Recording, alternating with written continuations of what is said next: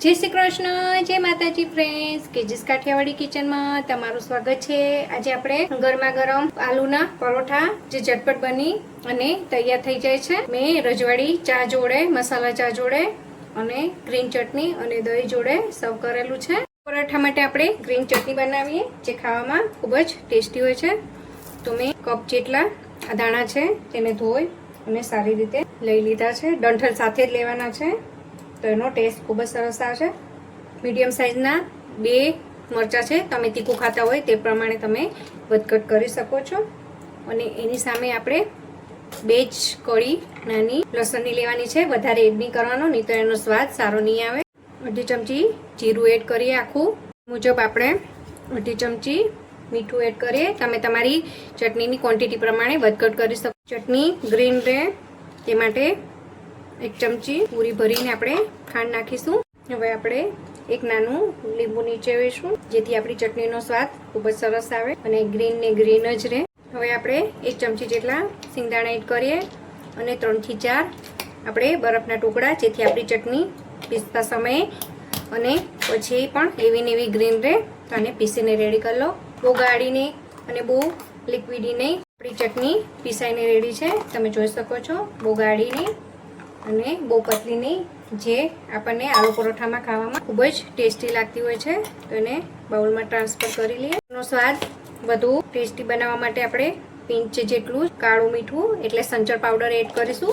એનાથી આપણો ચટણીનો સ્વાદ ખૂબ જ સરસ આવતો હોય છે। આલુ પરોઠા માટે આપણે બટેટા બાફીને લઈ લીધા છે। 8 બટેટા છે મીડિયમ સાઇઝના। પોટેટો મેશરથી આપણે સરસ પહેલા आलू परोठा है ने फाटशे नहीं।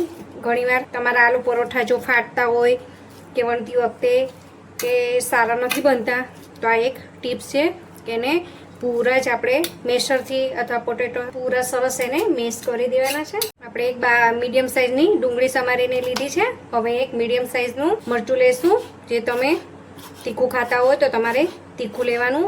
एने सरस बारीक चॉप करी अने लेशुं એટલે हरेक बाइट पर आपणे आलू परोठा में एनो क्रंच बहुत सरस आवतो होय छे।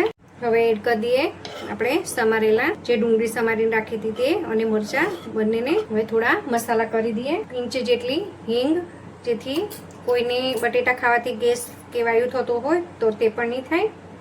पिंच करता पण ओછી आपणे हळदर कलर माटे खाली 1/2 चमची जेटલું लाल मरचું पाउडर। सिम्पल मसाला करीशुं पण खावामां खूब ज टेस्टी लागशे। हवे आपणे 1/2 चमची थी ऊपर आपणे चाट मसालो छे जेनो आलू परोठामां टेंगीनेस टेस्ट आवतो होय छे, तो आपणे 1/2 चमची थी ऊपर थोड़ो एड करीशुं। लास्टमां आपणे 1/2 चमची जेटला फ्रेश काळा मरी छे तेने मैं खांडीने रेडी करेला राखती होय छुं, ते आपणे एड करीए। लास्टमां आपणे फ्रेश धाणा छे तेने झीणा चॉप करीने लीधेला छे। तेनो स्वाद खूब ज सरस आवतो होय छे, तो एने जरूरथी एड करजो। सारी रीते बधुं हवे आपणे मिक्स करी दीए। हवे तमने बीजी टिप्स आपूं के आपणे ज्यारे हमेशा आलू परोठा बनाववा होय तो आवी रीते एक सरखा आपणा परोठा बने ते माटे आपणे एक सरखा बोल्स बनावी अने रेडी करी देशुं, जेथी आपणा घड़ी घड़ी हाथ पण खराब न थाय अने आपणुं काम पण इजी थई जाय। तो आवी रीते आपणे आलू परोठा बनाववा होय એટલા बोल्स बनावी अने रेडी करी देशुं।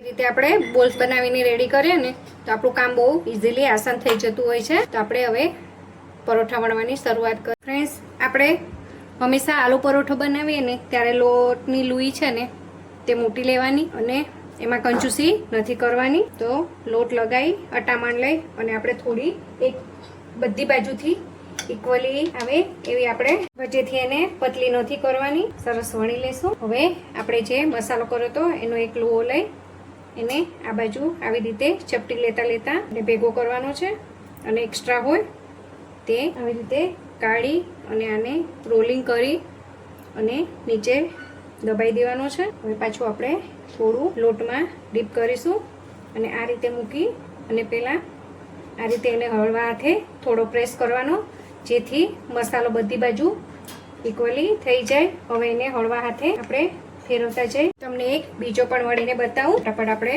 એની બધી બાજુથી સરખી ફેરવતા જઈએ. વચ્ચેથી પતલી નથી કરવાની, વાતનું ખાસ ધ્યાન રાખવાનું. રોટલી વણી લીધી છે.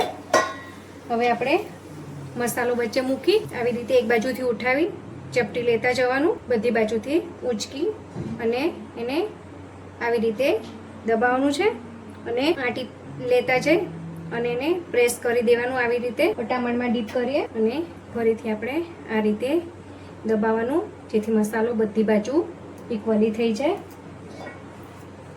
હવે આપણે હળવા હાથે એને ફેરવતા જઈ અને વણી લેવાનો છે.